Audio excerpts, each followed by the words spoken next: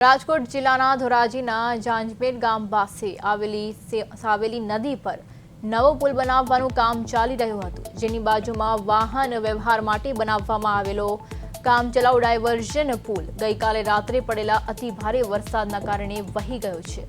આ ડાયવર્ઝન પુલ ધોવાઈ જતા જાંજમેરથી સોડવદર, ખજુરાડા, ટીમડી, જામકંડોરણા અને જામનગર જિલ્લાના અનેક ગામડાઓને જોડતો મુખ્ય માર્ગ બંધ થઈ ગયો છે।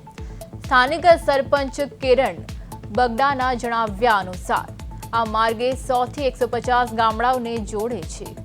પુલ તૂટવાથી ખેડૂતોને ખેતીકામ અને વાવણી માટે ભારે મુશ્કેલી પડી રહી છે, તેમજ વિદ્યાર્થીઓને શાળાએ જવામાં પણ અવરોધ ઊભો થયો છે। ખેડૂતોએ તંત્ર પાસે યુદ્ધના ધોરણે ડાયવર્ઝનનું સમારકામ કરવાની માંગ કરી છે।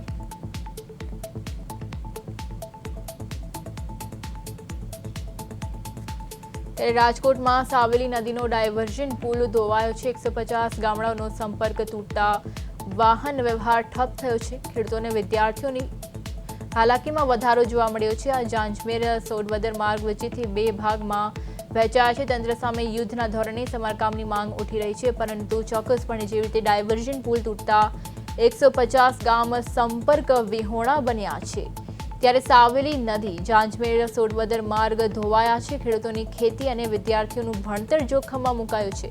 ચોમાસાની શરૂઆતમાં જ તંત્રની કામગીરીની જેવી રીતે પોલ ખુલી છે, ત્યારે તાત્કાલિક રસ્તો ચાલુ કરવા તંત્રને રજૂઆત કરવામાં આવી રહી છે। ત્યારે જેવી રીતે ડાયવર્ઝન પુલ તૂટતા 150 ગામ સંપર્ક વિહોણા બન્યા છે। ચોક્કસપણે તંત્રની ગંભીર બેદરકારીના લીધે જ લોકો પરેશાન થઈ રહ્યા છે। ડાયવર્ઝન પુલ તૂટતા 150 ગામને ભારે હાલાકીનો સામનો કરવો પડી રહ્યો છે। 150 ગામ હાલમાં સંપર્ક વિહોણા બન્યા છે। ડાયવર્ઝન પુલ તૂટતા સ્થિતિ સર્જાઈ છે। વરસાદને કારણે જેવી રીતે ડાયવર્ઝન પુલ તૂટ્યો છે, ત્યારે રાજકોટમાં 150 ગામ જે છે તેઓ સંપર્ક વિહોણા બન્યા છે।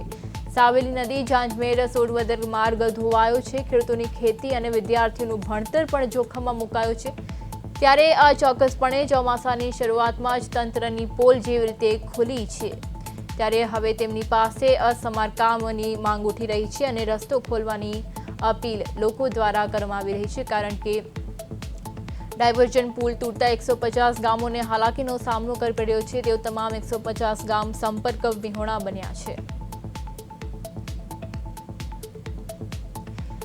ત્યારે આજ સાથે સરપંચ કિરણબેન આપણી સાથે જોડાઈ ગયા છે। જી કિરણબેન, જેવી રીતે આ ઘટના ઘટી છે, ડાયવર્ઝન પુલ તૂટતા 150 ગામ જેવી રીતે સંપર્ક વિહોણા બન્યા છે, શું કહેવા માંગશો?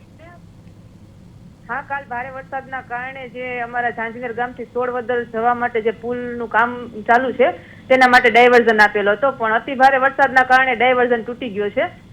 તો જાંજમેરથી સોડવદર, ટીમડી, ખજુડા જેવા નાના મોટા ગામ છે અને ડાયરેક્ટ જાંજમેરથી જામનગરને જોડતો આ રસ્તો છે। તો 100 થી 150 ગામોનો વાહન વ્યવહાર અત્યારે બંધ છે અને ગ્રામ પંચાયત દ્વારા તંત્રને અને અધિકારીઓને રજૂઆત કરવામાં આવી છે કે વહેલી તકે આ પુલનું કામ રિપેર થાય તો વાહન વ્યવહાર ફરીથી ચાલુ થઈ જાય, ખેડૂતોને અવર જવર કરવામાં મુશ્કેલી પડે છે તે મુશ્કેલી ન પડે।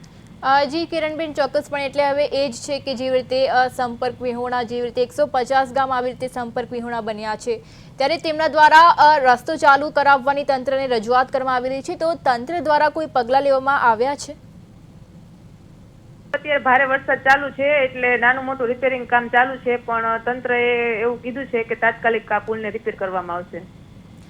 જી કિરણબેન, આપે સમગ્ર માહિતી આપી અને પ્રદેશ 24 ગુજરાતીમાં આપ જોડાયા તે બદલ આપનો આભાર।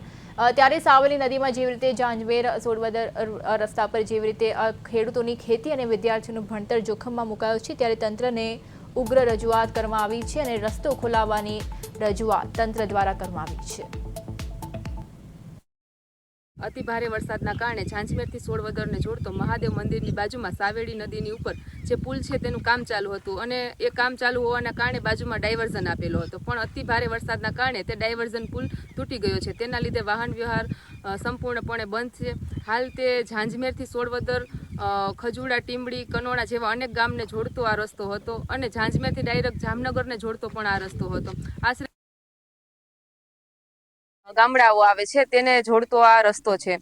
તો આ પુલ તૂટવાના કારણે ઉપરના ગામોના ખેડૂતોને ઝાંઝમેર ગામના ખેડૂતોને અવરજવર માટે અને ઉપરના ગામોના જે બાળકો છે જે અભ્યાસ કરવા માટે સુપેડી ઝાંઝમેર કે ધોરાજી જતા હોય છે તેને પણ ખૂબ મુશ્કેલ હાલાકી ભોગવવી પડે છે. તે માટે ઝાંઝમેર ગ્રામ પંચાયત દ્વારા કોન્ટ્રાક્ટરને ઉપલા અધિકારીને અને તંત્રને રજૂઆત કરવામાં આવી છે કે વહેલીમાં વહેલી તકે આ પુલનું કામ રિપેરિંગ થાય અને ફરીથી વાહન વ્યવહાર શરૂ થઈ જાય. ડાયવર્ઝન અત્યારે ધોવાઈ ગયું છે, ખેતીમાં વાવણી કરવાની છે તો વાવણી માટે જવાનો રસ્તો બીજે ક્યાંય છે નહીં, તો ખેડૂતોની હાલત અત્યારે બહુ ગંભીર છે. તો આ ડાયવર્ઝન તાત્કાલિક કરે એવી ખેડૂતોની માંગ છે. દાદા તકલીફ શું પડે? અહીંથી કેટલા ગામોને આ રસ્તો અહીંથી છે જામનગર સુધીના 150 ગામડા આવે છે, બધા ગામડાનો રસ્તો અત્યારે બંધ થઈ ગયેલ છે. તો આ પુલ તાત્કાલિક કરે. ડાયવર્ઝન અત્યારે ખરાબ થઈ ગયું છે, ધોવાઈ ગયું છે ને એ ડાયવર્ઝન તાત્કાલિક કરે એવી માંગ છે ખેડૂતોની.